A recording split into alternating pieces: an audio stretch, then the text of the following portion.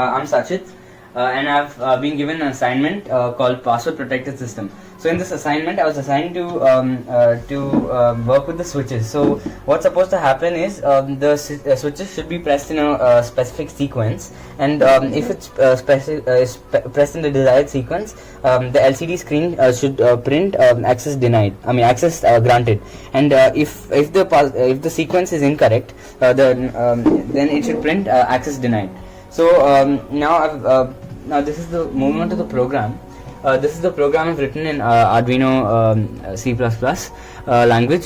So here I've included the LCD screen library, and I've defined the LCD screen pins connected to the Arduino board.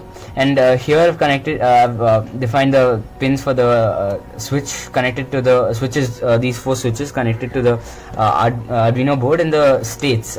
So these states are the values, the variables with the values of the switches, whether it's high or low.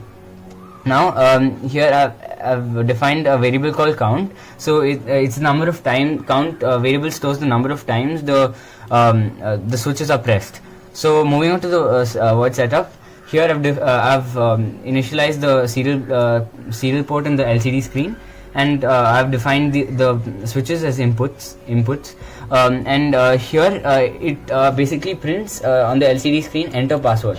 Now we again define count as 0. Now in this piece of these statements read the value of the switch, whether it's high or low, whether it's pressed or it's not pressed. And I have 4 if clauses in this program.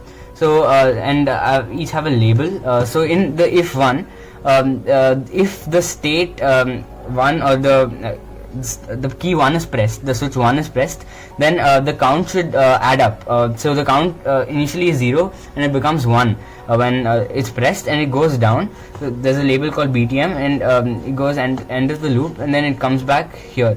Now I've put another if clause. So in this if clause, if the count is equal to 1, it moves on to if 2. Otherwise, if count is 2, it goes to if 3. That's the third loop.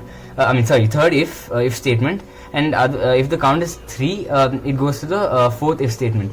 Now it moves on to the next if statement, and if the switch 2 is pressed, and then count adds up, and followingly it goes down to the fourth if statement. Now if the fourth if statement is also cleared, if it's also cleared, then it goes down to this loop. It breaks out of that loop and it goes down to this loop, and it prints access granted.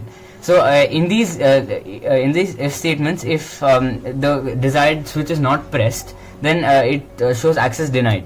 So so let me show you how the program works. So now it says enter password.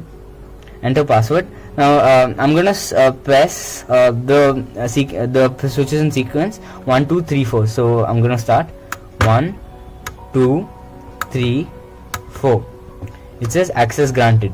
Now I'm gonna press the wrong sequence. See, it says access denied once I press the wrong sequence. So yeah, that's the program. Thank you.